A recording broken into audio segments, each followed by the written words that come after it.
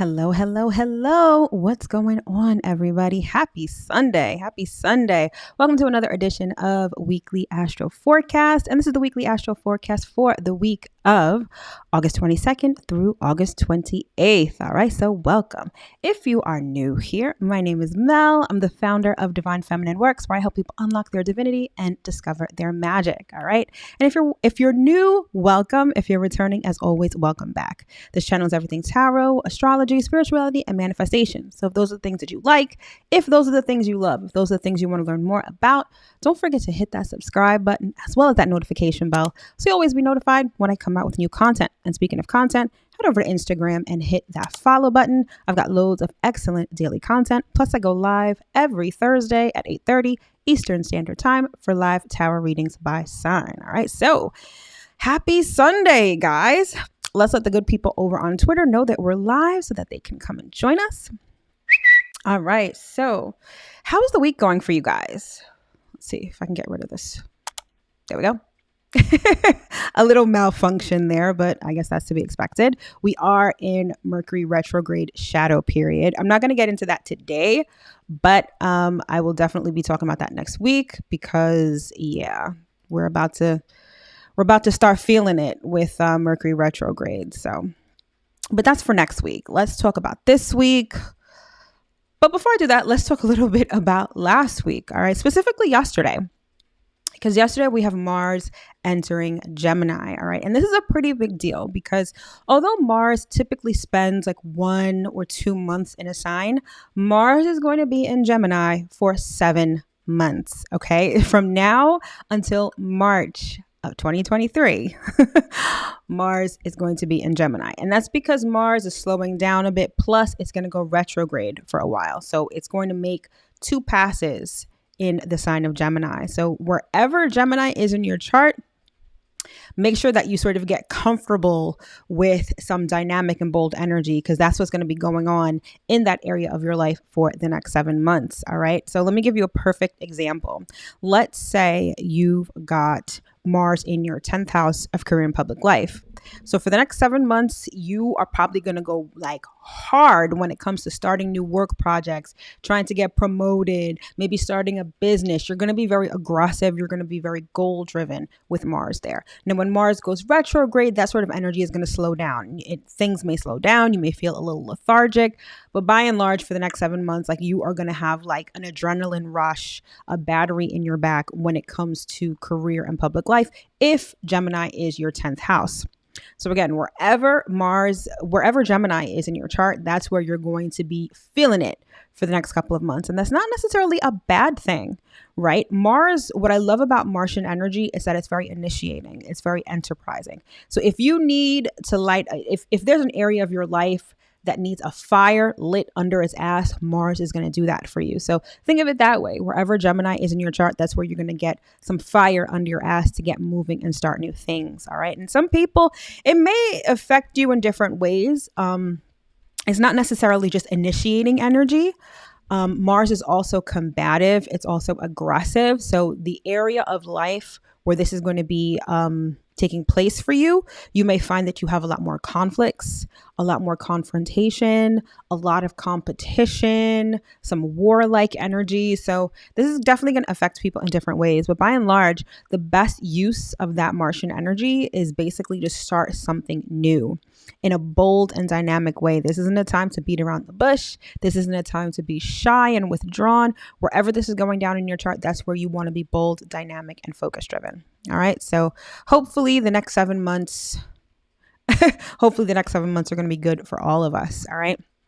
So before I get into the week, you know the deal. If you are new to astrology, or even if you started studying astrology and you need a refresher, I highly suggest that you download my astrology basics cheat sheet. Now, it's basically the quick and dirty on everything you need to know regarding astrology so you can start learning, and more importantly, so you can start reading your natal chart. So it covers the planets, the houses, the signs, and the aspects. It's an 11-page PDF document that gives you a summary of everything you need to know, the basics when it comes to astrology. Trust me, astrology is one of those it's one of those subjects that you are constantly learning. It's like a rabbit hole. The more you learn, the more you realize there is to learn. But I feel like this astrology basics cheat sheet is the perfect way to start.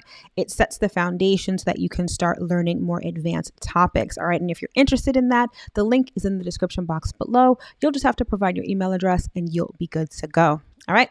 So let's get into this week. So these are the highlights. We've got what I like to call perfecting yourself because we are starting a new season this week. This is actually going to be one of those weeks where we feel a lot of dynamic energy because we have 2 planets changing signs. We have another planet going retrograde and we have a new moon. So there's a lot of shifts going on this week. So if you feel a little unsettled, if you feel like things are sort of all over the place, it's by design. It's the astrology at work. All right. So tomorrow, Monday, we have the sun moving into my favorite sign of Virgo. I'm a Virgo sun. So tomorrow starts my season and I'm super, super excited.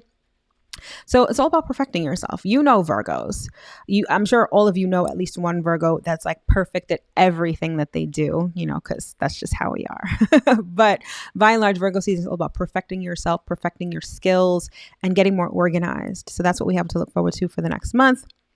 Then we have what I like to call cosmic connectivity, and that's Uranus going retrograde, and that's happening on Wednesday. Uranus is very indicative of the cosmos. And with Uranus retrograde, it's almost like we're going to be able to harness the power of the cosmos and use it constructively.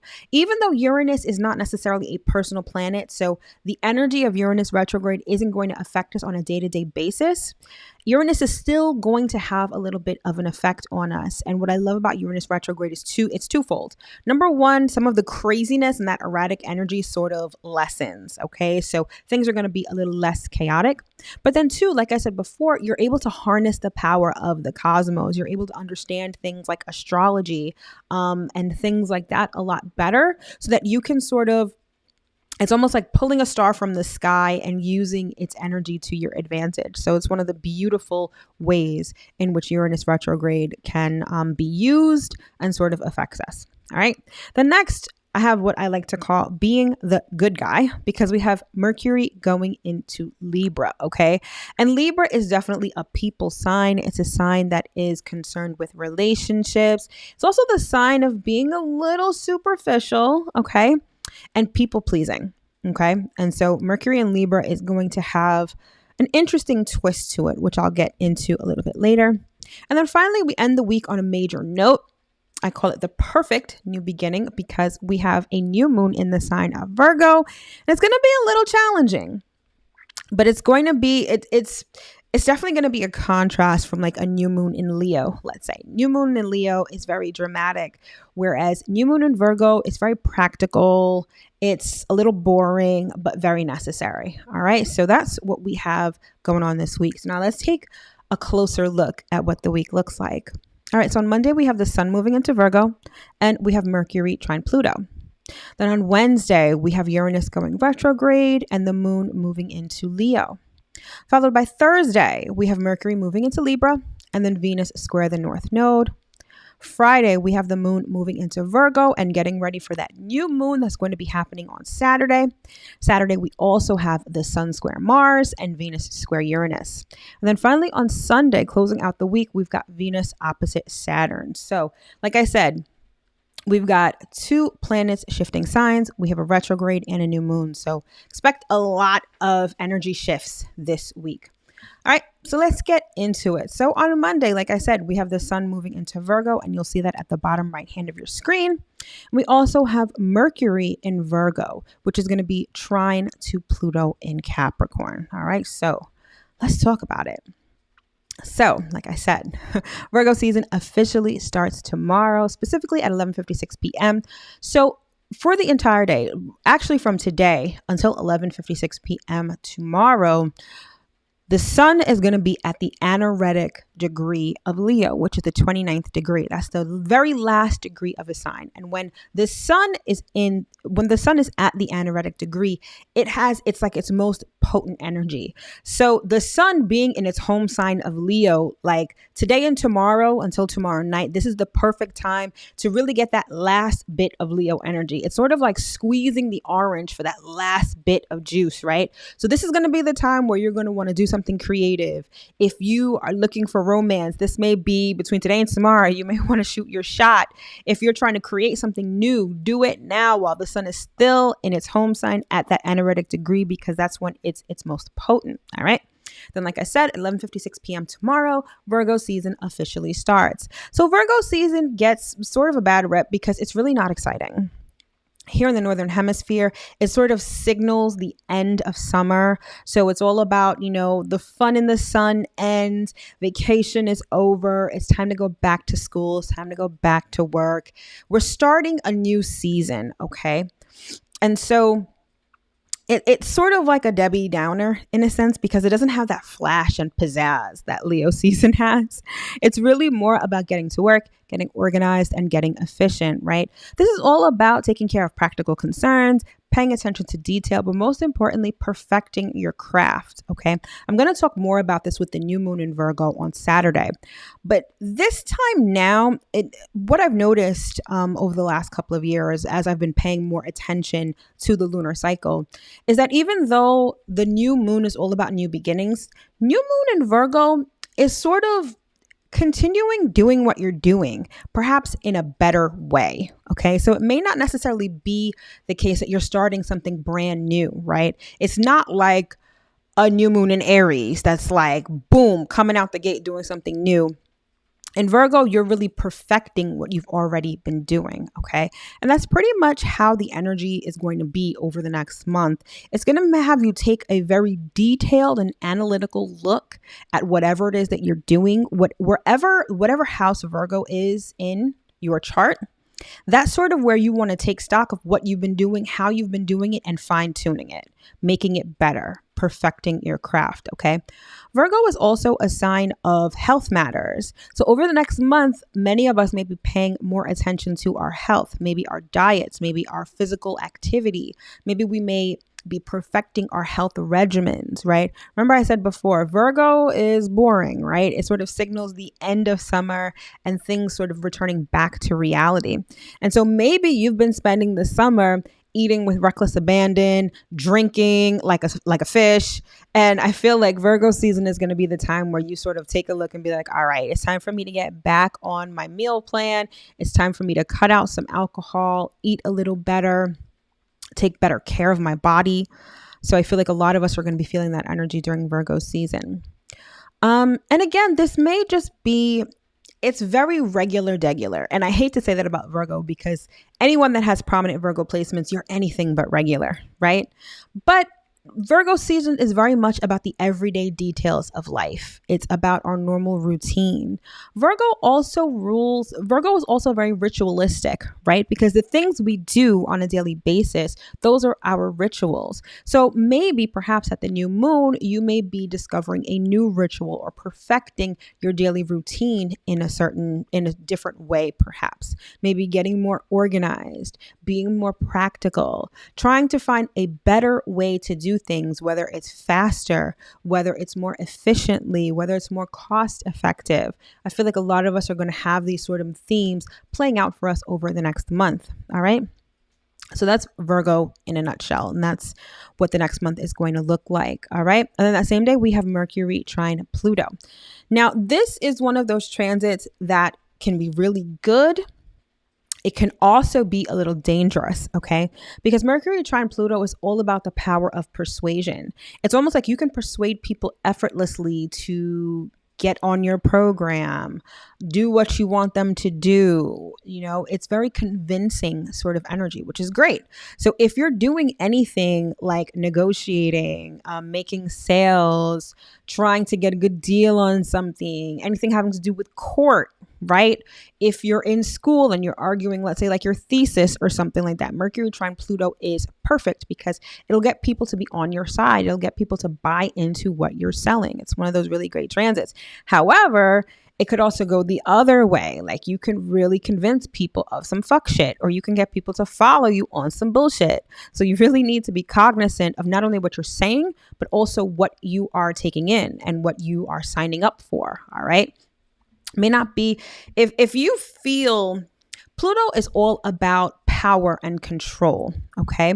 And so if you are in a situation where you feel powerless, where you feel less than empowered, I would say that Mercury trine Pluto is not the best transit for you to be making important decisions or even signing anything, especially because Mercury is in its shadow period for Mercury retrograde. Pluto is also retrograde. So this may not be the best time to make important decisions or sign anything or sign on the dotted line, especially if you're in a position of powerlessness. However, if you're on the other side of that equation and you're feeling empowered, you're on your A game, this is the perfect time to get people to sign up for your course.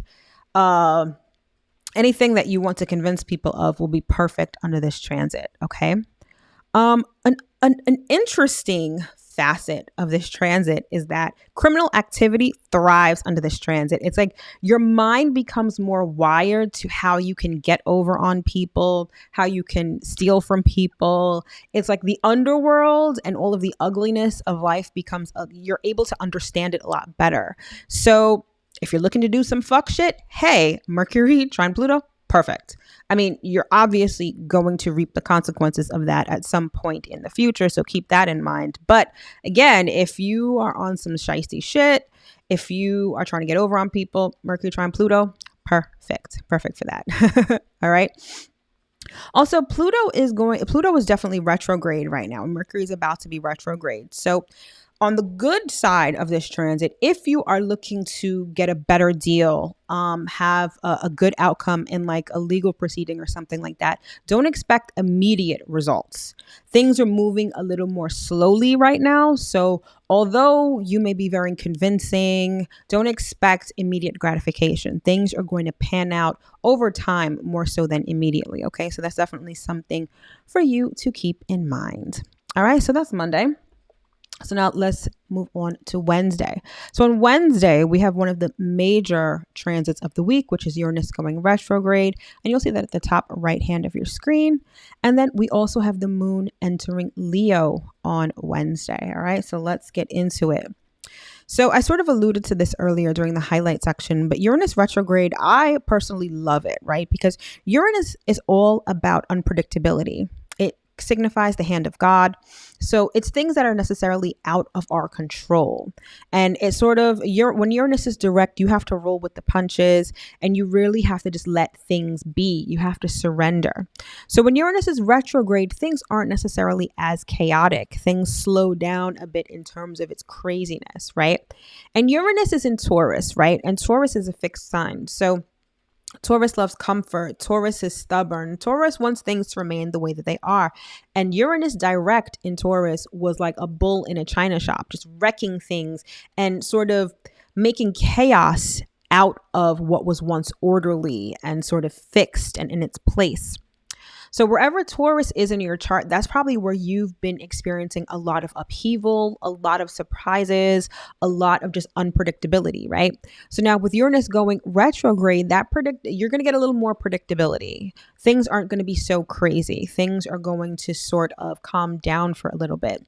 And with things calming down, that's sort of how you can harness the energy of Uranus in order to make changes, right? Because change is born out of chaos. But when we don't necessarily have a handle on that chaos, it's like changes are just happening around us. And again, we just have to surrender. But I feel like with Uranus retrograde, it's sort of like, okay, we can sort of get a handle on the chaos and use it to make change in a way that's a lot more comfortable to us. It's not so jarring. It's not so unpredictable. It's not so surprising. It's a little more ordered. Okay. And I love that, especially if you have, like me personally, I'm a Taurus rising. So I have Uranus in my first house. So for me, the way that Uranus direct has been playing out, it's like issues with my identity, how I identify myself. My body has changed in terms of I lost a lot of weight. I started looking very different. And it was sort of up and down. I know, I was consciously trying to lose weight, right? But there are some weeks I would lose like 4 or 5 pounds. And then there'd be like the very next week, I would gain like 5 or 6. It was this craziness. It was this all over the place sort of energy that I felt like I couldn't get a handle on. And now with Uranus going retrograde, I've seen things sort of level out. And, Uranus retrograde, because it's an outer planet, its shadow period is a lot longer. So even though Uranus is going retrograde exactly on Wednesday, that retrograde energy, we've been preparing, that retrograde energy has been warming up for quite some time, probably over the last month. So things may have started slowing down in whatever area of your life Taurus falls in your chart. I feel like things have been slowing down for about a month or so. Okay, so again, things are not going to be as crazy, and you can sort of harness that energy and make it work for you. All right, which I think is great. All right, and then we've got the moon moving into Leo. Moon moving into Leo is all about our inner child. This is when you let your inner child out to play, right? It's about romance. It's about creativity. It's about anything having to do with children, whether it's your inner child or physical children. Moon in Leo makes us feel like we want to have attention. It makes us feel like we want to be loved. We want to be admired. We want to be adored. Our emotions are very much centered on us. Okay. It's a very sort of egotistical kind of energy because we're really about what makes me feel good. I want you to adore me. I want you to give me attention, right? It's a little selfish in that way. But a lot can be accomplished in terms of creativity when the moon is in Leo. So keep that in mind. Now, the moon is going to be in the waning crescent phase, right? Because we're making our way to that new moon on Saturday. And in the waning crescent phase, it's all about surrender and reflection. Anything that doesn't serve you, you kind of just have to let it go. And with the moon being in Leo, it's really about what doesn't make us feel good, especially from our heart space. If you're not passionate about something, then maybe it's time to let it go so that you have room for new intentions to be set at the new moon. Look at it this way. When you're cleaning out your closet, right? And maybe you've got a ton of clothes. And at the time you were like, oh, this was a great outfit and you bought it. Now it's been sitting in your closet for months or even years with the tag still on it because you never wore it. Clearly, you're not passionate about that outfit anymore, right? So maybe it's time to let it go.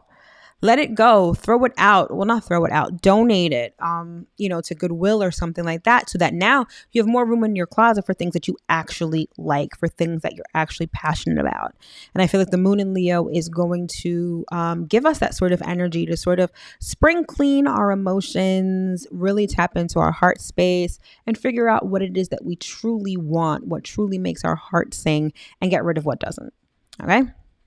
All right. So that's Wednesday.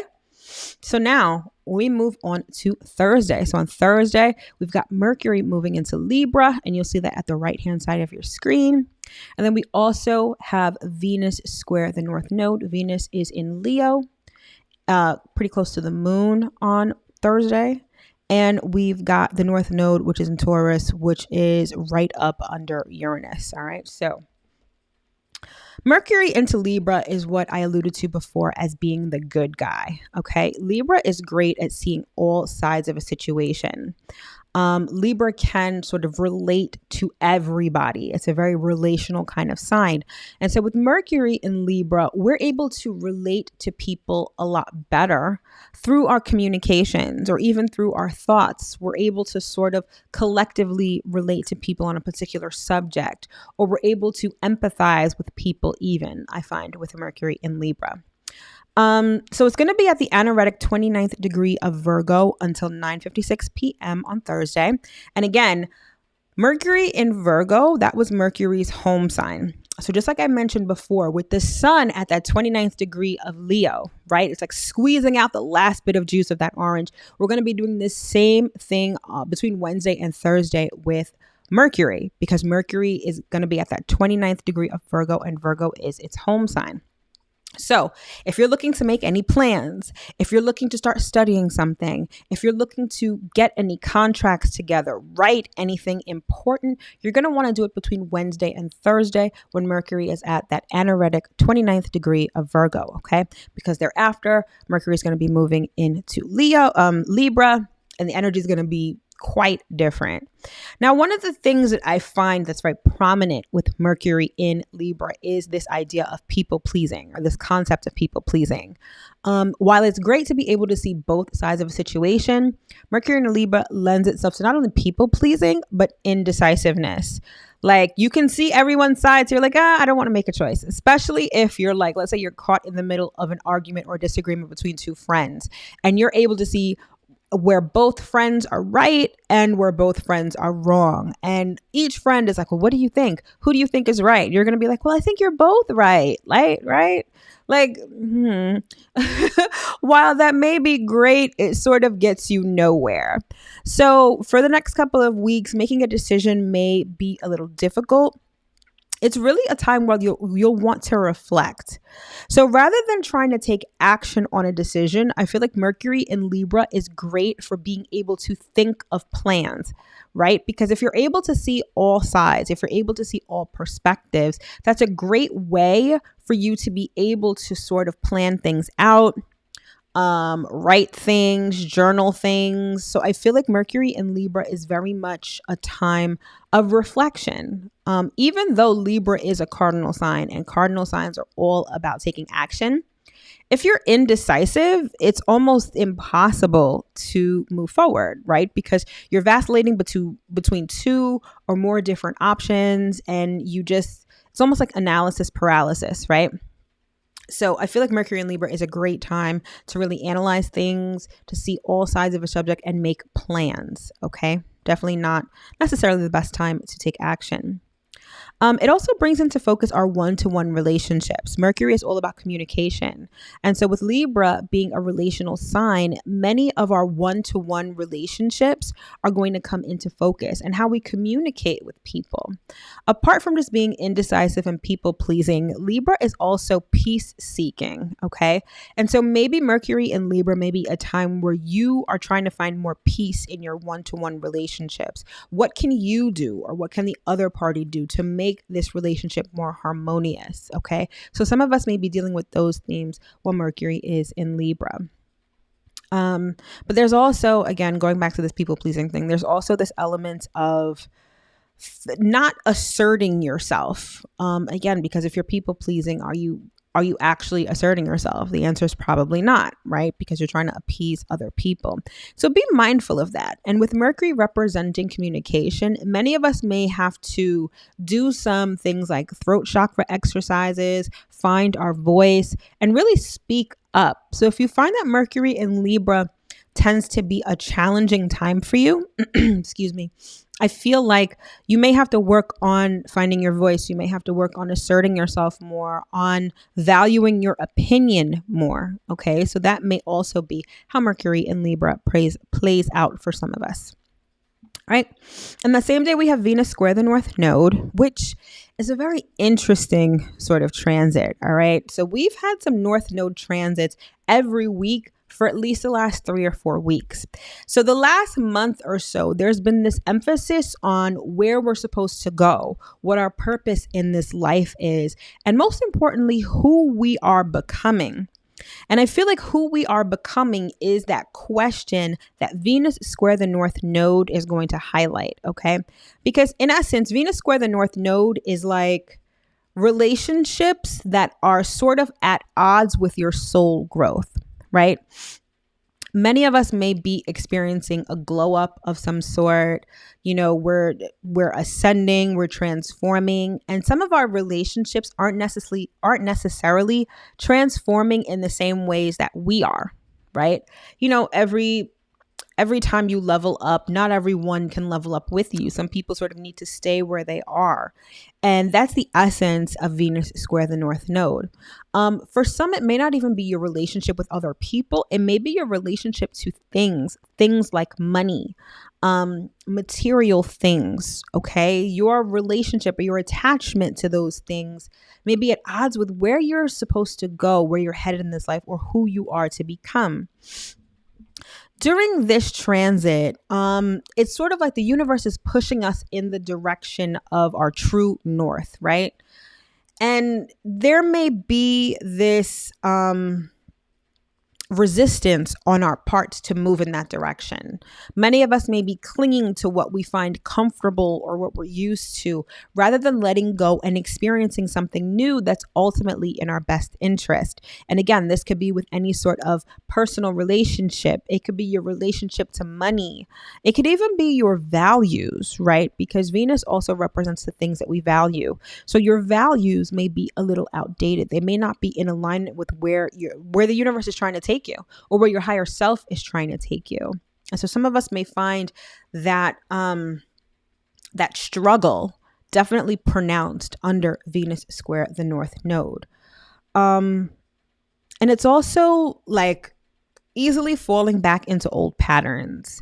If you have an old story that you've been telling yourself consistently, you may find that telling this new story of who you are becoming is a little too difficult. And so you just may cling to what you know and what you're comfortable with, which ultimately sort of stifles your personal development and your soul growth. Okay. So I think that on Thursday or around Thursday, right, many of us are going to find this sort of energy frustrates us, or definitely is highlighted and comes to our attention. And it's really important to sit and analyze it, right? Don't just sweep it under the rug and sort of forget about it, right? Like, no, I think that this transit is going to require us to do a bit of work on ourselves. And it's going to require us to be a little reflective and think about what it is that we want and where we're trying to go, and what may be standing in the way of that, or what is just not in alignment with that. So some may find that you have some difficult decisions to make with this transit. Certain moves that you're going to have to make, or that you're thinking of making, are going to be a little difficult. But ultimately, it's for your highest good. So if you think about it that way, I think it won't feel as horrible, right? All right. So that was Thursday. So now we move on to Friday. And on Friday, we have the moon moving into Virgo. And you see it's pretty close. You'll see it on the bottom right-hand side of the screen. It's getting closer to the sun, because on Saturday, we're going to be having that new moon. So moon in Virgo, and this applies for Friday and Saturday, right? Moon in Virgo is doing practical things, getting organized, efficient, tending to your health, paying attention to detail, anything having to do with mental activities. So thinking, planning, all of those things thrive when the moon is in Virgo. This is also going to be things having to do with work, providing service for others, anything having to do with your daily routine is going to be highlighted with the moon in Virgo. And that's when that's where you're going to find emotional satisfaction. You may not be a person that likes to organize all the time, right? That may not be part of your personal makeup. But when the moon is in Virgo, we all feel a little bit of that Virgo energy, and we all get emotional satisfaction from organizing things, from being efficient, right? From having a to-do list and crossing items off as we complete them. I know that is one of my kinks personally. Having a nice to-do list, and at the end of the day, everything is crossed off, everything is done, everything is organized and orderly. You're working efficiently, you're being productive. Many of us are going to derive our emotional satisfaction from those kinds of things over the weekend. So get to it. If you feel the urge to clean, if you feel the urge to organize, if you feel the urge to sort of get your life together, do it, because the astrology definitely supports it. Okay. And so on Friday, we're still going to be in the waning crescent phase, and this is going to be like last call for alcohol. This is getting rid of all the things, right? Remember I said before, I gave the example of cleaning out your closet and taking out those clothes that you're no longer passionate about. Now with Virgo, you are literally making space for new things. You're organizing your closet. You're putting all the shoes away. You're taking stock of what you have, so that come the new moon, you have all the space and everything is organized so you can add new things, right? And that's exactly what we're going to be doing over the weekend. Okay. And then we get to Saturday. And again, we have that new moon in Virgo. You'll see that at the bottom left-hand part of the screen, which is going to be at 4 degrees Virgo. We also have the sun square Mars. So basically the new moon is going to be square Mars, and you'll see Mars at the top hand part of your screen at 4 degrees Gemini. And then the same day, we'll have Venus square Uranus. Venus is at 19 degrees Leo, and Uranus is going to be at 18 degrees Taurus. All right. So like I mentioned before, new moon in Virgo, all the new stuff in a practical, health conscious, orderly and efficient manner, right? This is creating new things in our daily routine, creating new health regimens, being more organized and being more practical. And like I said, what I alluded to before or said before is that in my observation, my personal observation, new moon in Virgo is not always about starting something completely brand spanking new. It may just be a new way of doing an old thing, right? So let's say you've got Virgo as your sixth house. And so this new moon is going down in your sixth house of work and health.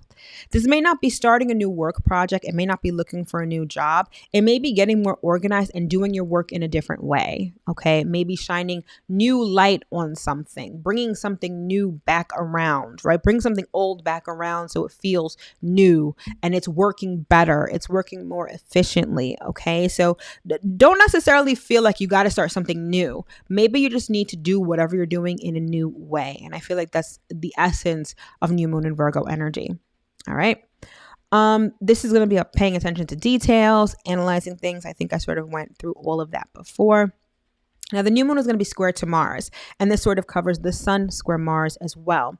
So you may be wanting to do an old thing in a new way, or maybe you're even trying to start something new.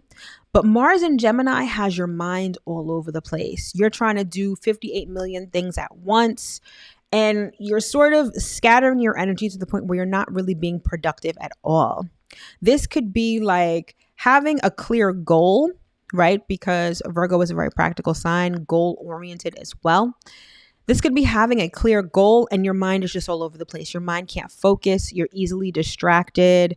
It's sort of preventing you from having a productive time, whether it's, again, doing something new productively or doing something old in a new way productively. Mars, that square to Mars, is going to have you feeling a bit erratic, a little all over the place, easily prone to distraction, a lot of conflicting thoughts. For some, this may be conflicts with other people. You know, the sun represents male energy, so particularly a male or a boss could sort of be standing in your way, particularly if this Virgo new moon is going down in like your sixth house of work and health or your 10th house of career and public life. You may have a boss, an authority figure, or someone like that who's sort of giving you a little friction, who's making things a little unnecessarily difficult, you know, that kind of thing. So that's something to be cognizant of.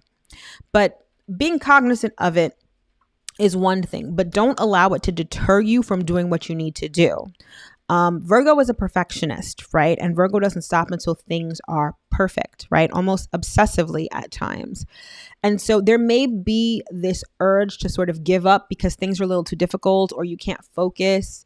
Let the energy pass and then keep at it. Okay. This isn't going to be your signal from the universe to quit or just move on because things are hard or you're experiencing some challenges. Again, Virgo likes to perfect things. So keep at it. Keep perfecting your craft. Keep doing what you're doing and don't stop.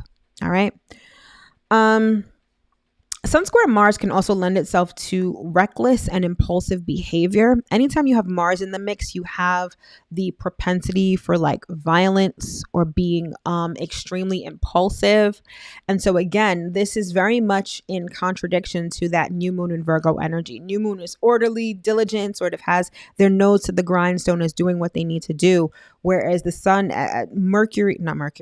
Mars in Gemini, it's reckless, it's impulsive, it's just wanting to fly off the handle at any little thing, right? And when you've got the sun, which is hot, square Mars, which is hot, you have the propensity to get hot. You get hot and bothered. You can really pop off at any given notice. Again, being very impulsive, combative, unnecessarily aggressive, right? Or someone may be exerting this sort of energy toward you, which may make you feel like, okay, I need to stop what I'm doing because I can't get ahead. This is really hard. But again, that Virgo energy is like you push through. You push through, you keep doing what you're doing. Okay. So it's important to remember that going forward. All right. And so now, we also have Venus square Uranus on Saturday. And so this is going to bring like a bit of instability to love relationships in particular. Okay. On the one hand, you're going to feel like you want to be romantic and you feel like, you're in the essence of love, right? Because Venus is in the sign of Leo. But with Uranus and Taurus, it's like you feel this need to break free. You feel this need to disrupt whatever's going on. It's this instinctive need for freedom, especially if you're in a relationship where either partner feels smothered. Venus square Uranus is really going to bring that issue to life. And you're going to have one person be like, I can't take this anymore. I feel like you're smothering me. Like I don't feel comfortable around you anymore. So Venus square Uranus could end up in some breakups, especially sort of impulsive breakups. This may not be a situation where you saw this coming for a while. This may be like, I just don't want to do this anymore. It could be sort of that knee-jerk reaction to certain things. But the flip side of this transit is that it lends itself to being open-minded. So while there can be some conflict in these relationships, I feel like the presence of Uranus allows you to see things from a different perspective. Okay. So for some, if your relationship is already good, I feel like this particular transit will allow you to make it a little better because there's going to be this element of open-mindedness and this element of freedom. Right. And if you're in a healthy relationship where, you're not smothering the other person, there's no codependency, this could actually be a really good thing. But if you have a relationship that has these sort of issues, I feel like Venus square Uranus is definitely going to highlight those. So you're going to want to be cognizant of that over the weekend. Now, if you're not in a relationship, new relationships can happen suddenly under this transit, but keep in mind that it may be like a firecracker. It may be hot and heavy in the beginning and then it just fizzles out. So relationships that are started under this transit tend to be brief and not very substantive. So if that's something that you're into or you're open to, by all means, go for it. But yeah. You also will want to be a little cognizant of your spending because Venus square Uranus can also indicate impulsive spending, impulse buying, or even spending on unnecessary things. So if you're going shopping over the weekend, have a list with you because otherwise you will most likely be prone to overspending and buying things that you definitely don't need. Stay away from Target. I don't know if you're like me. I'm like a Target fanatic. I go in there for one thing. I come out with a whole shopping cart full of shit I don't need. So I know personally I'll be staying away from Target on Saturday. All right. And so now we move on to Sunday. And we've got Venus again in Leo. That's going to be opposite to Saturn in Aquarius. Okay. This transit is definitely a Debbie Downer. Okay. This is one of those transits where if you are prone to depression, if you're already feeling sad, Sunday is definitely going to be a day when you're feeling quite low. And you need to know that that is okay. It's not necessarily you. Many people may be feeling this way, and this too shall pass. All right. So on the one hand, you've got that feeling of being carefree and childlike because Venus is in Leo. Right? It's all about your inner child. Your inner child wants to come out and play. You value and listen to your inner child a lot more when Venus is in Leo. That's on the one end. On the other hand, you have Saturn in Aquarius. That's like your adult self. And your adult self is like, listen, we need to do X, Y, and Z. We need to prepare for our future. And it's very rigid. It's a very rigid sort of energy. And on the other hand, you have your inner child that wants to do whatever the fuck it wants because that's how it feels at the moment. And so you're going to have this dichotomy of wanting to do what you want, but being a little restricted, especially in terms of relationships and in terms of money and things that we value. Okay. And Saturn is always a Debbie Downer kind of energy. It lends itself to being a very sort of sobering energy. It lends itself to depression and negative thoughts at times. So again, if you find that over the weekend you're feeling down, know that this too shall pass. Okay. It's just one of those days. It's just one of those things. It's one of those things that we go through in life, and we all go through it. So that's pretty much that. Although it may not be the best day for relationships, right? It is a good day to work in preparation for the future. So if you want to do work to prepare for the week ahead, if you want to do work to get things sort of organized, it's a great day to do that. So if you can channel that sort of Debbie Downer energy into doing something productive, it'll make you feel better. maybe not instantaneously, but in the short-term future, I feel like it'll make you feel better because you'll feel, like I said, Venus and Leo is all about your inner child, but Saturn and Aquarius is about your real adult self, right? And as adults, you feel good when you're productive. You feel good when you pay your bills. Most of us. You feel good when you accomplish something, when you check things off your to-do list, when you change the oil in your car, when you feel like everything is as it should, when you do adult things and succeed at them, it gives you a sense of satisfaction. So I feel like on Sunday, if you're definitely feeling low, maybe about a relationship or maybe about your money situation, doing some adult-like things might make you feel better in the short term. I know it kind of sucks, but I think it'll actually make you feel better. All right. All right, my loves. So that has been the weekly astro forecast for the week of August 22nd through 28th. I sincerely hope that you were able to get at least one important piece of information from this live or replay if you're catching it on the replay. Thanks again for tuning in. I wish you nothing but the best for this upcoming week, and I'll see you next week. Take care.